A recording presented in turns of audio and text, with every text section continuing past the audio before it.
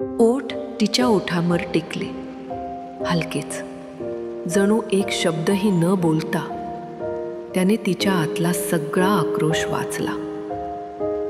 पावसाही थेंबट नाजूकसर अंगावर नोघळत होती, पण त्या स्पर्शाने अंगावर एक वेगळीच उष्णता उसळली.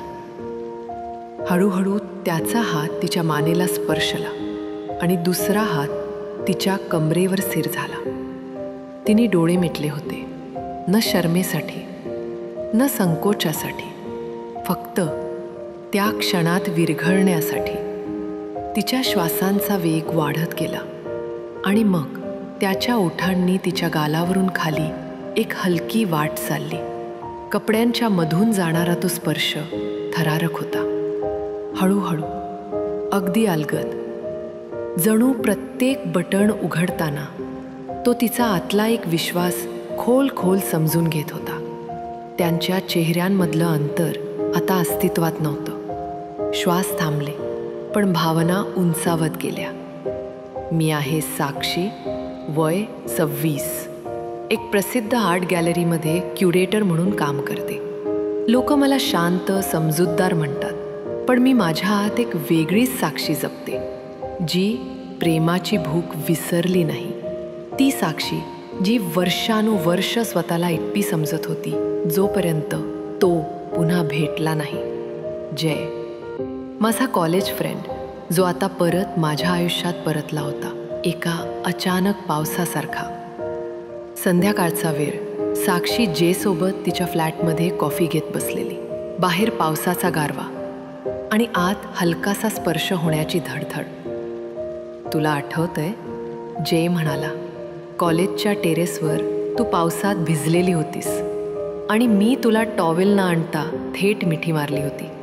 साक्षी हसली, पण चेहऱ्यावर थोडा गुलाबी रंग उमटला.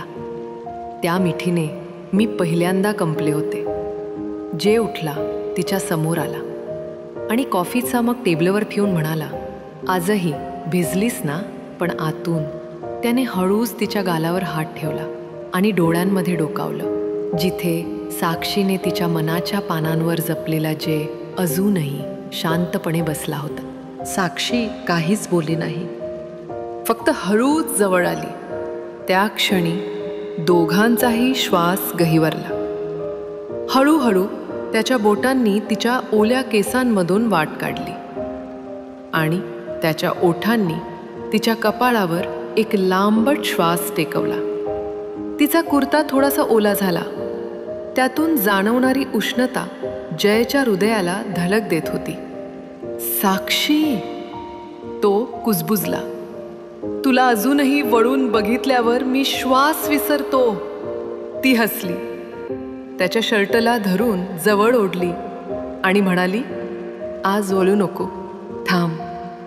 त्याच्या ओठांवर ओठ टेकले, मधुर, साखरट, शांत, आणि मग हळूहळू खोल, हवेइतकं गरम. त्याच्या हातांनी आता तिच्या कंबरेभोवती एक हलकंसं कडं तयार केलं होतं आणि तिचा श्वास त्या कड्याच्या आत हलक्या थरथरती चाहूल करत होता. दोघेही त्या क्षणात विरघळले होते. शब्दशून्य, काळा बिंदू झालेला तो एक इंटिमेट वेळ. साक्षीच्या ओठांवर अजूनही जयचा तो हलकासा चुंबनाचा स्पर्श जिवंत होता. तो काहीही बोलत नव्हता, पण त्याचे डोळे साक्षीच्या आत खोलवर उतरले होते, जिथे एक जुना दुःखाचा सागर अजूनही लपलेला होता.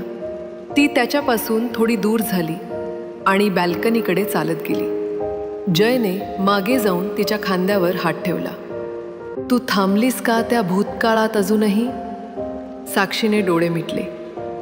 कधी कधी वाटतं कुणाला इतकं आत घेऊच नये की जेव्हा ते जातात तेव्हा आपलं काही उरतच नाही. जयने तिच्या खांद्यावरून हात फिरवत तिला जवळ ओढलं. मग हे घे, माझं उरलेलं मी सगळं तुला देतो. जे गेलं त्याचं दुःख नको, मी तुझं भविष्य व्हायला आलोय. साक्षीचा श्वास अडकला. जयने हळूच तिच्या पाठीवर ओठ टेकवले.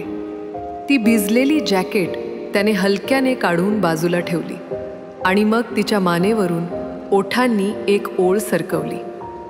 हळूहळू तिच्या श्वासांची लय बदलू लागली. त्याच्या मिठीत तिचं सगळं ओझं वितळत गेलं. तू आता माझी आहेस, फक्त माझी. तो कुजबुजला. ती त्याच्या छातीत शिरली. जणू स्वतःचा आवाज विसरून तिने त्याच्या कानात फुसफुसलं, जय, आज पहिल्यांदाच वाटतंय की माझा कोणीतरी आहे, जो माझ्या प्रत्येक तुटलेल्या भागाला सांगतोय. त्या रात्री नाही, तसं काही झालं नाही, पण त्या मिठीत, त्या शांत ओठांमध्ये त्यांनी एकमेकांचे दुःख पिऊन टाकले. रात्र खूप सुंदर गेली होती. साक्षी आणि जयने एकमेकांमध्ये फक्त शरीराने नाही तर मनाने, आठवणींनी आणि स्वप्नांनी गुंफलेलं प्रेम अनुभवलं होतं. सकाळी सूर्याची हलकी किरणं खिडकीतून झिरपत होत्या. साक्षी अंथरुणात पडलेली हलक्याशा ब्लँकेटमध्ये गुडूप आणि जय तिच्या केसांमध्ये बोटं फिरवत फक्त तिला पाहत होता. कधी वाटलं नव्हतं की तू पुन्हा इतकी जवळ येशील, तो म्हणाला. साक्षीने डोळे उघडले, त्याच्याकडे पाहिलं आणि गालावर एक सोज्वळ हास्य उमटलं. माझं सगळं काही संपलं होतं, पण तू माझं शून्यही सुंदर केलंस. जयने तिच्या कपाळावर ओठ टेकवले. ते क्षण जणू दोघांसाठी एक नवीन जन्म होते. आता काहीही लपवायचं नव्हतं, न दुःख, न भीती, न मनातलं प्रेम. त्याच दिवशी संध्याकाळी ते रिसॉर्टमधून निघाले. कारामध्ये परतीचा प्रवास शांत होता, पण तो गप्प नव्हता. त्या शांततेत एक हलवा, स्थिर अर्थ होता. साक्षीनं अचानक जयचा हात धरला आणि म्हणाली, माझं घर, माझं आयुष्य, माझं मन आता तुझं आहे. जय हसला, पण डोळ्यात पाणी आलं होतं. आपण लग्न कधी करतोय? साक्षी थोडी थांबली आणि मग शांतपणे उत्तर दिलं, जेव्हा आपल्याला वाटेल की हे नातं जगालाही दाखवायचं आहे, पण दाखवण्याआधी जगायचं आहे. कथा संपली, पण नातं सुरू झालं. साक्षी आणि जयचं नातं हे शारीरिक आकर्षणाच्या पुढचं होतं. ते भावनांचं, सन्मानाचं आणि त्या एका व्यक्तीच्या नजरेत स्वतःला पूर्णपणे सापडण्याचं होतं. ते प्रेम जिथे पहिलं चुंबन नशा नव्हे तर विश्वास बनतं.